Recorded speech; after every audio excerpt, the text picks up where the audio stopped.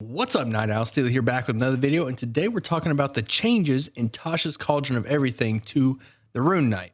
Okay, maybe nerf is a bit clickbaity, but I feel like they did get toned down a bit from the way that they were in the Unearthed Arcana, but they did have some positive changes too. So let's go through them. So right away, the first thing, the bonus proficiencies didn't change. You still get Smith's tools, and you still get to read, write, and speak Giant. You get those. Those haven't changed from the Unearthed Arcana. That's a nice little bonus that they added to it.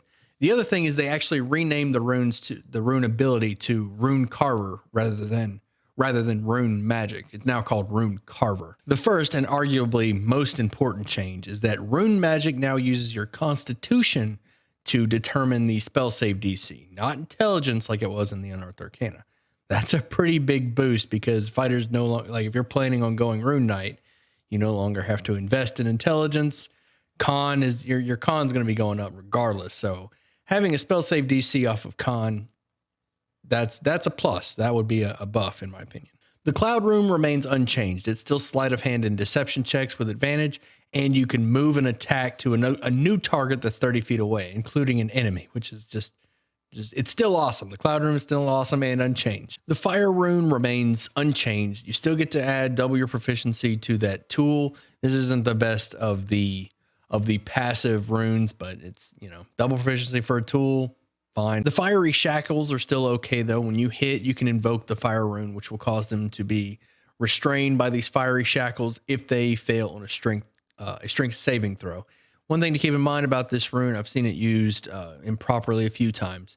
When they hit and they're shackled, they don't take that 2d6 fire damage until the start of their turn. They don't take the extra damage right away. They get the strength save, they'll be restrained, and then at the start of their turn, they take the damage. And then at the end of the turn, they get a new saving throw to break free of the shackles, and this thing lasts for a minute.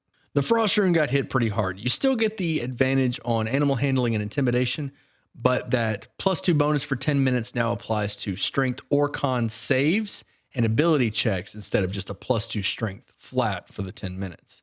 So that one took a bit of a hit. Still good, still decent, but not nearly as strong as it was. The Stone Rune got a slight buff. You still get the advantage on insight checks, but you also have Dark Vision 120, regardless of whether or not you had Dark Vision before you took the rune. So your Dark Vision becomes 120. It was 60, and then you had an extra 30 if you already had Dark Vision, but now it's just a flat 120. Advantage on insight, and you also still have the Sleepy Charm, which remains unchanged. Hill and Storm runes now require you to be 7th level. This is a pretty hefty hit for the Rune Knights out there that weren't 7th level yet. They were almost certainly taking Hill and Storm. It was probably Storm Rune is probably one of the best runes. That's probably up for debate, but I think Storm is probably the strongest of the runes. Maybe Cloud.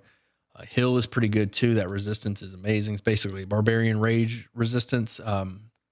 But yeah, now they require 7th level, so that's a pretty hefty hit out there. Kind of a nerf. I mean, if you're a Rune Knight that's below 7th level, it is a bit of a nerf.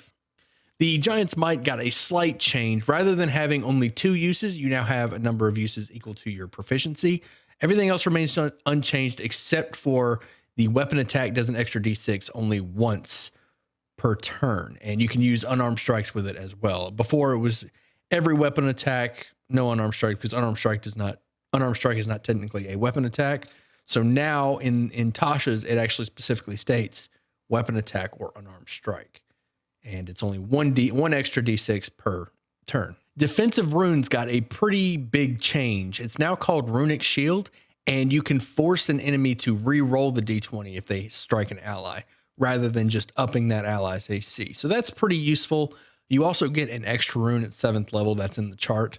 I think that's pretty useful. I like that change. I wouldn't necessarily call it a nerf. Being able to make them roll that re-roll that d20 rather than just upping the AC. By the way, defensive runes up the AC by your intelligence. So this is more changing the fact that you don't have to invest in intelligence as a Rune Knight, because now it's just re-roll the d20. Great Stature remains unchanged. Your damage goes up from a d6 to a d8 with Giant's Might, and you add 3 to 4 inches to your overall height. Rune Magic Mastery is now called Master of Runes, and it functions exactly the same. You get all of your runes back on a short rest as well as a long rest, and you can now use them twice rather than once. Blessing of the Allfather got completely reworked. This is the 18th level Rune Knight ability. Now, the way that it used to work in the Unearthed Arcana is whenever you used Giant's Might, you could choose a creature, a willing creature within 60 feet to also gain the benefits of your Giant's Might. That is, you grow large, you do that extra damage, all that good stuff. Now the 18th level feature is called Runic Juggernaut, and it increases your size to huge, gives you 5 feet of reach, and that extra damage die is a D10 now. And those are the changes from the Unearthed Arcana. As far as builds go, you can pretty much build this like any other fighter. Remember that all these runes, like the Fire Rune, that say a deal, or in Giant's Might, in fact, say weapon attack. It does not say melee weapon specifically. So you can do this with ranged weapons. You could still play a bow fighter that's a Rune Knight. And even the Cloud Rune, the ones that a lot of the runes will say that if it targets an ally, you or an ally within 30 feet. So everything about this is can still be a ranged fighter. You can pretty much build this fighter however you want, and these rune abilities will complement almost any playstyle that you decide to go with as a fighter. One thing to keep in mind, as far as balance go, I think the Rune Knight's fine. I think these runes pretty much function exactly like the superiority or the maneuvers, the superiority dice, but rather than adding the extra damage, they just have cool effects. So I mentioned earlier that the Storm Rune is one of, if not the most powerful of the runes. And that's because, among other things, you can actually impose disadvantage on a saving throw. This is a very rare ability. Being able to impose disadvantage on a saving throw is going to combo really well with any kind of spell that causes a saving throw. The possibilities for that one are all over the place as far as comboing off with your spellcaster. So being able to impose disadvantage on a saving throw, that's a huge deal. That can really turn the tide on a battle if the spellcaster's throwing enchantment magic, or if there's that spell that really needs to go off that's going to change everything, hitting them with disadvantage as a reaction, by the way, as a reaction. So if you don't even know that your wizard's about to just command the big bad evil guy, and you can just, okay, reaction, disadvantage on that saving throw. So that's a huge deal. That's going to have a huge impact. That's definitely something to keep in mind. Also, those attack rolls, imposing disadvantage.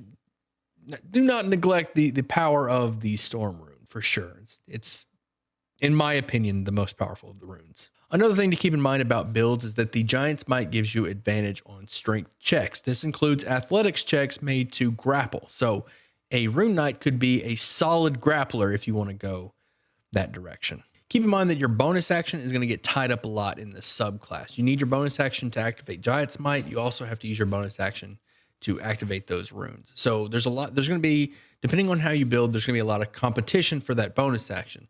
So dual wielding might not be the way to go. You may want to stick with the two-handed or ranged or sword and board, things like that. One thing that I want to add to this video is that the Rune Knight actually provides the only official way for a player character to reach gargantuan size. Here's how to do it.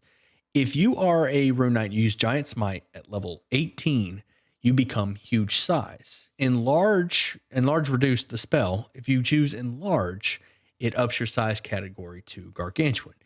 Now, there are plenty of classes that can cast enlarge, but if you choose Grey Dwarf as your race, you get Duergar Magic, which will allow you to use enlarge on yourself, only enlarge, and that will bump you as a Rune Knight. You don't have to multi-class. You can just enlarge yourself and become a gargantuan Duergar Rune Knight. So that's pretty cool. That's something I wanted to add to the video. Just a funny little, just a special little note to add to the video that this is a way to become gargantuan at 8th. Granted, it's at 18th level, but there you go. Overall, I'm glad the subclass made it into Tasha's. I really like it. I do feel like it plays a little too similar to the Battle Master, where the runes kind of function like the maneuvers, as I mentioned. But I think it's unique enough with like the Giant's Might and the things like that to kind of distinguish itself and make itself more unique.